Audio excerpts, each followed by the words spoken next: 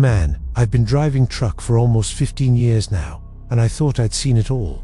I've driven through every sketchy truck stop from here to California, dealt with angry dispatchers, crazy four-wheelers cutting me off, and equipment breakdowns in the middle of nowhere. But what happened to me last Tuesday in Memphis has me questioning whether I even want to get behind the wheel of another rig again.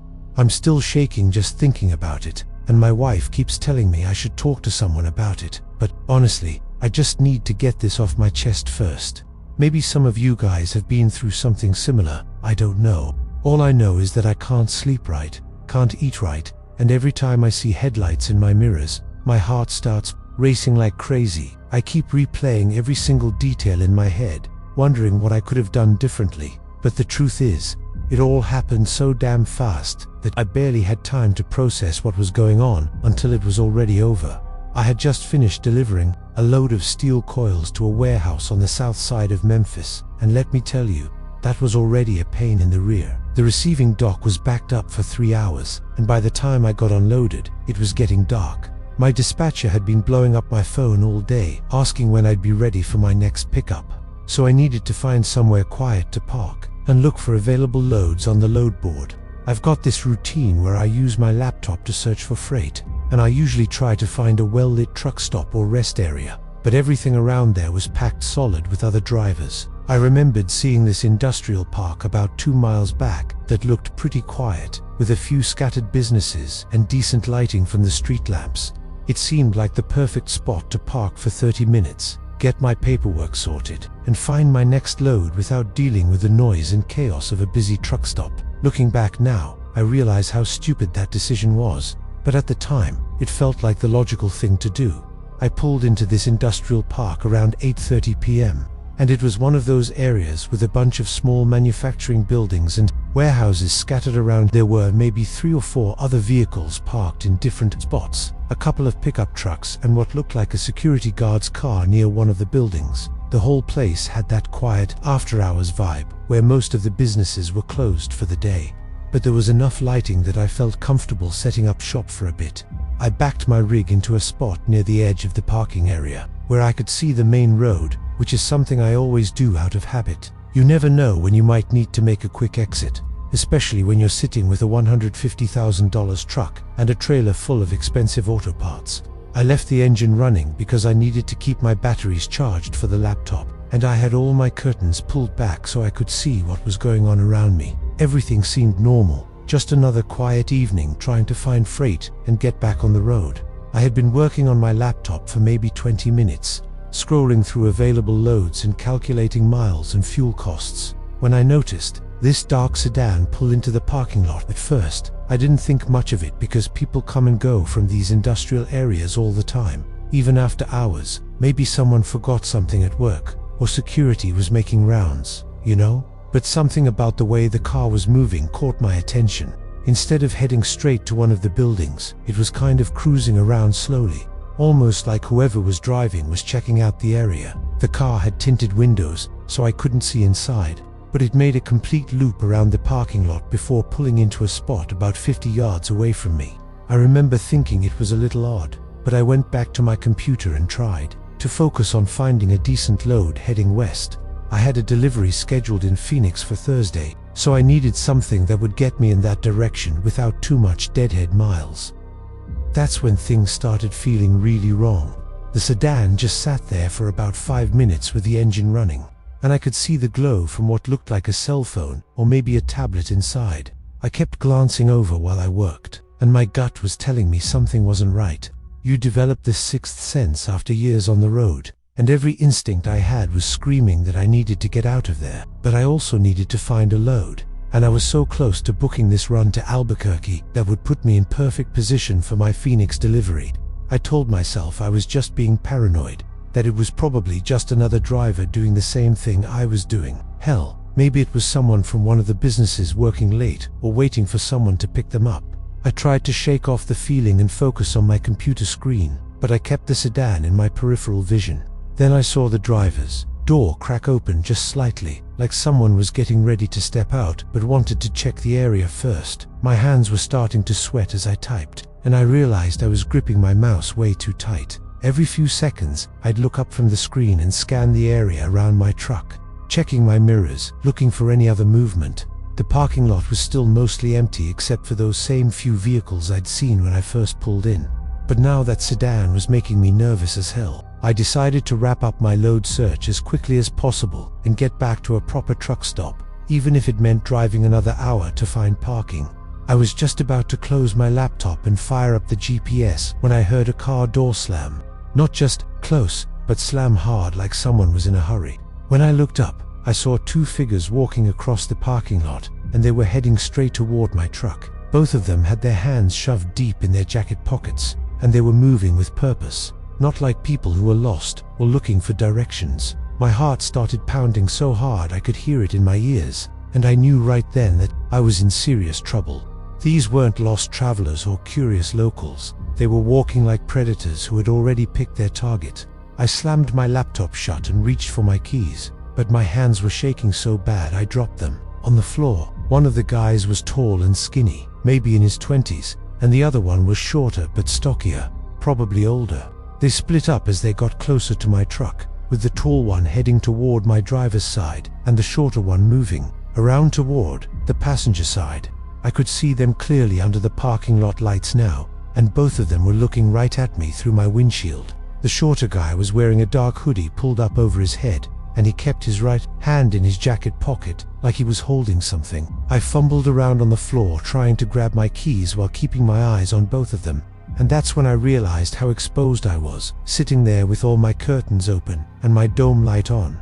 I finally got my keys in my hand and reached for the gear shifter, planning to throw it in drive and get the hell out of there, but the tall guy was already at my door. He started banging on the window with his fist, not knocking like a normal person would, but pounding like he was trying to break the glass. I could see his mouth moving, yelling something at me, but with the engine running and my heart hammering in my chest, I couldn't make out what he was saying. The shorter guy had disappeared from my view, and I was frantically looking in my mirrors trying to spot him when I heard him climbing up onto my passenger side step. He was trying the door handle, and thank God I always keep my doors locked, but I knew it was only a matter of time before they figured out another way in. I was reaching for my CB radio to call for help when the tall guy pulled something out of his jacket. Even in the dim light, I could tell it was a gun, and he was pointing it right at my head through the window. Everything went into slow motion at that point, like my brain couldn't process what was happening fast enough. The guy with the gun was still yelling and gesturing for me to open the door, and I could finally make out some of what he was saying, something about getting out of the truck and not making this harder than it had to be. Meanwhile, the shorter guy on the passenger side had given up on the door handle and was now trying to climb up higher to get to my sleeper window. I had maybe 3 seconds to make a decision that could save my life or get me killed. Part of me wanted to floor it and try to run them over, but the tall guy was standing right next to my front wheel, and if I missed or just clipped him, he could easily put bullets through my windshield. The other part of me was thinking about just complying and hoping they'd take the truck and leave me alone. But every trucker horror story I'd ever heard was running through my head. You hear about drivers getting shot even after they cooperate, and I had no idea what these guys were really planning to do. I made the split-second decision to try and drive away. Consequences be damned. I threw the truck into drive and hit the accelerator, hoping to catch them off guard and get enough distance to call for help. But the truck was loaded heavy, and it takes a few seconds for a fully loaded rig to get moving from a dead stop. The tall guy jumped back from my front end, but instead of running away, he raised his gun and fired 2 shots right into my windshield.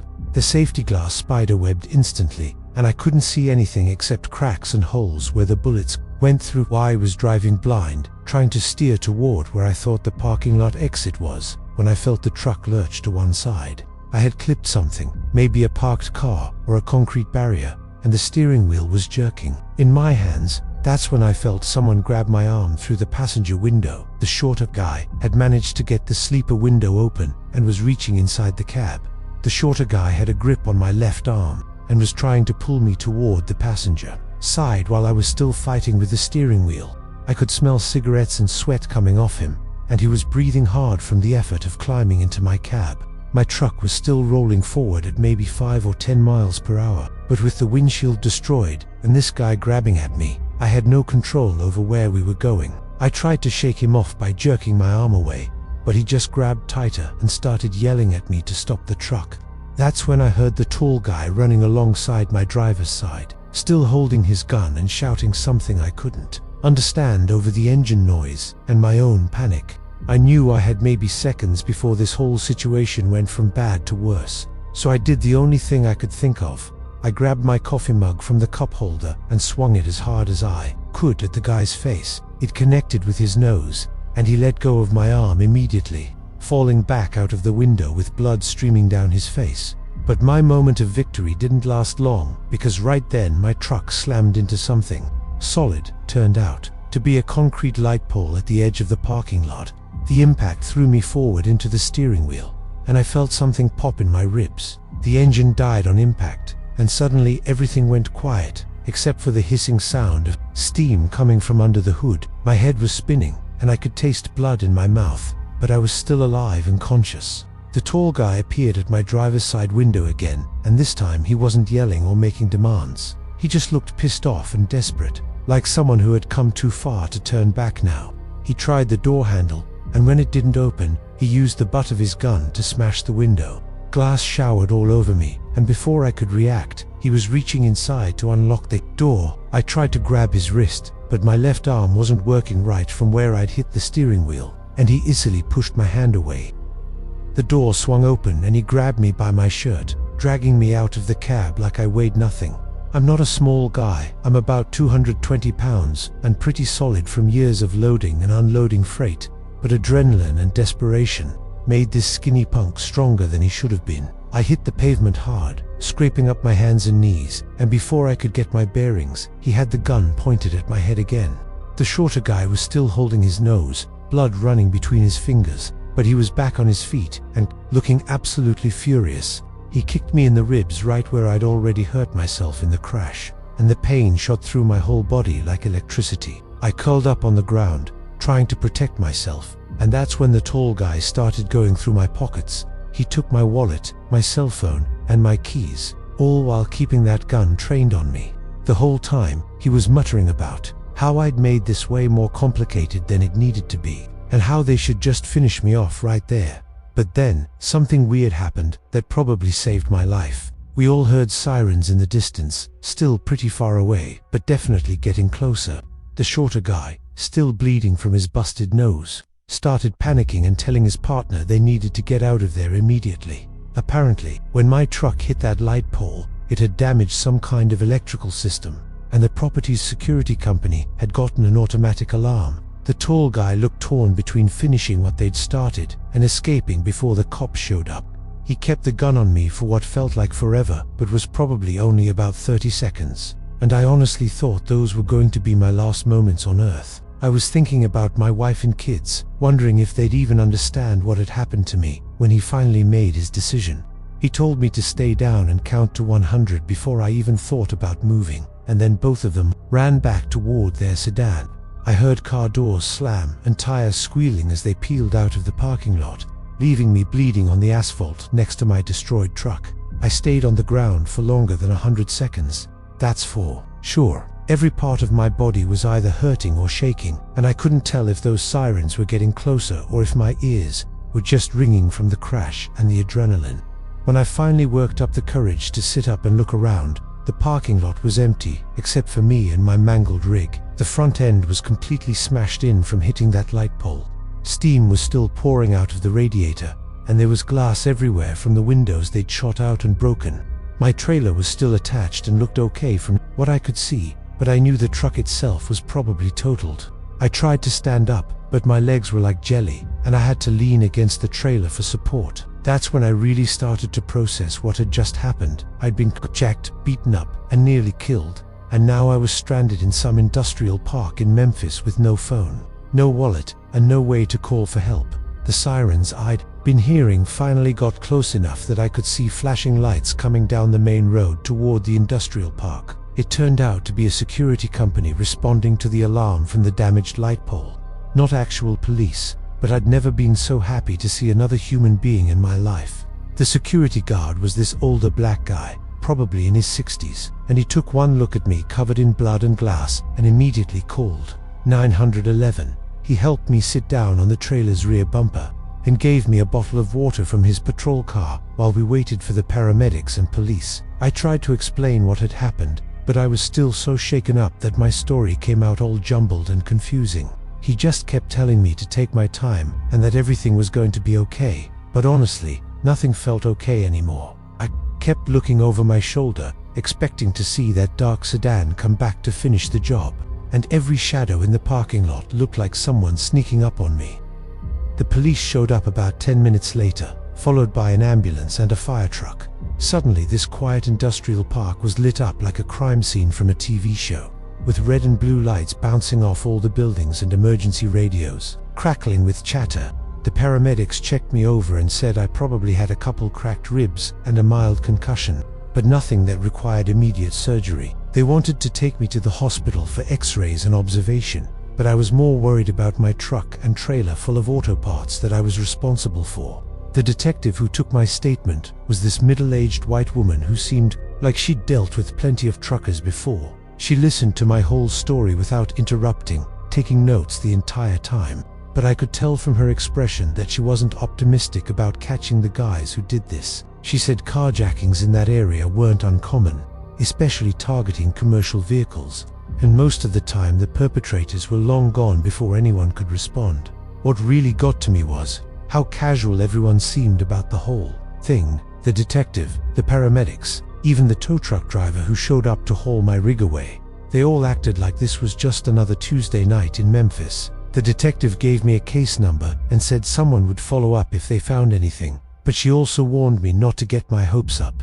The insurance adjuster I talked to on the security guard's phone was already asking about my deductible and whether I had gap coverage for the truck. Nobody seemed to understand that this wasn't just about money or property damage. These guys had pointed a gun at my head and made me think I was going to die in some random parking lot, hundreds of miles from home. I kept trying to explain to people how terrified I still was, but everyone just kept focusing on the paperwork and procedures. It felt like I was the only one who understood how close I'd come to not making it home to my family that night. The worst part was calling my wife from the hospital later that night. I'd been putting it off because I didn't know how to explain what had happened without scaring her to death. But I knew she'd be worried sick when I didn't check in like I always do. When I finally got her on the phone, I tried to sound calm and just tell her there'd been an incident with the truck, but she could hear it in my voice immediately. She started crying before I even finished explaining, and then she got angry, not at me, but at the situation, at the company for sending me to Memphis, at the whole trucking industry for putting drivers in dangerous situations. She wanted to drive down from Kentucky to pick me up, but I convinced her to stay home with the kids and that I'd figure out a way to get back. The company was already arranging for another driver to come get the trailer and its load, and they said they'd cover a bus ticket home for me, but everything felt so impersonal and businesslike. Here I was, nearly killed doing my job, and they were more concerned about the freight than about me. I spent that night in a cheap motel near the hospital, and I don't think I slept more than 20 minutes at a time. Every car door slamming in the parking lot, every voice in the hallway, every creak and noise had me bolt upright with my heart pounding. I kept replaying the whole thing over and over, wondering what would have happened if those sirens hadn't scared them off, wondering if they were still out there looking for me. The rational part of my brain knew they were probably halfway to another state by now, but fear doesn't listen to logic. I found myself checking the locks on the motel room door every few minutes, and I pushed the dresser in front of it before I tried to lie down. When morning finally came, I was exhausted but relieved to see daylight. I caught a Greyhound bus back to Louisville that afternoon, and the whole 8-hour ride I was scanning every car that passed us, looking for that dark sedan with tinted windows. The company put me on medical leave for 2 weeks while my ribs healed up, but the physical injuries were nothing compared to what was going on in my head. I'd been driving for 15 years without any major incidents, and now I couldn't even sit in my personal car without feeling anxious. My wife tried to be supportive, but I could tell she was scared too, scared that I'd go back out on the road and something worse would happen next time. The kids kept asking why Daddy was home all day and why I kept checking the locks on the doors and windows. I tried to act normal around them, but they're smart kids, and they could sense something was different. I started having these dreams where I was back in that parking lot, except in the dreams, the guys with the gun never heard any sirens, and they just kept coming closer and closer until I woke up in a cold sweat. My doctor prescribed some sleeping pills, but they made me feel foggy during the day, and I was worried about being alert enough to drive when I went back to work. When the 2 weeks were up, the company called and said they had a load ready for me. Nothing too stressful, just a short haul from Louisville to Nashville and back. I told them I was ready, but when I got to the terminal and saw the truck they'd assigned me, I froze up completely. It was almost identical to the one I'd been driving in Memphis. Same color, same model, even had the same kind of CB radio setup. I sat in the driver's seat for about 10 minutes, trying to convince myself that I could do this, but my hands wouldn't stop shaking long enough to even start the engine. The dispatcher came out to check on me, and I had to admit that I wasn't ready yet. He was understanding about it, said the company would give me another week or two if I needed it, but I could see the concern in his eyes. Trucking companies can't afford to have drivers who are too scared to drive, and we both knew that if I couldn't get past this soon, I might be looking for a different line of work. That's when I started questioning everything about my career choice. I'd always loved being on the road, seeing different parts of the country, having the freedom that comes with long-haul trucking. But now, every truck stop looked like a potential danger zone. Every industrial area reminded me of that parking lot in Memphis, and every time I had to stop somewhere isolated to check my logbook or find a load, I'd get this sick feeling in my stomach. I tried going to a few different truck stops around Louisville, thinking maybe I could ease back into it gradually, but even sitting in well-lit areas with plenty of other drivers around, I felt exposed and vulnerable. Other truckers would come up and chat like they always do, asking about routes or comparing fuel prices, but I kept scanning the parking lot instead of listening to what they were saying. I knew I was being paranoid, but I couldn't shake the feeling that those two guys were somehow going to find me again, even though logically I knew they had no idea who I was or where I lived. The breaking point came about 3 weeks after Memphis, when I finally worked up the courage to take a short local delivery job. It was just hauling some machinery from Louisville to Lexington, barely a 2-hour drive on familiar roads, and I figured it would be a good way to get my confidence back. Everything went fine during the day. I made the delivery, got unloaded, and was heading back home when I decided to stop at this truck stop in Frankfurt for fuel and coffee. It was a place I'd been to dozens of times before. Nothing fancy but clean and safe, with good lighting and decent security. I was standing at the fuel pump, waiting for the tank to fill, when I noticed this dark car pull into the parking lot. My heart immediately started racing, even though it was broad daylight and there were at least 20 other people around. The car wasn't even the same make or model as the one from Memphis, but something about the way it was moving slowly through the lot triggered every alarm bell in my head. I abandoned the fuel pump mid-fill and practically ran back to my cab, locking the doors and starting the engine before I'd even processed what I was doing. The attendant came running out of the store, probably thinking I was trying to drive off without paying, but I was so focused on that dark car that I barely noticed him waving at me. I sat there with the engine running, watching this completely innocent family get out of their sedan and walk into the restaurant, and I realized how far gone I really was. These were just normal people stopping for dinner, probably heading home from visiting relatives or something, and here I was having a full-blown panic attack because their car was dark-colored.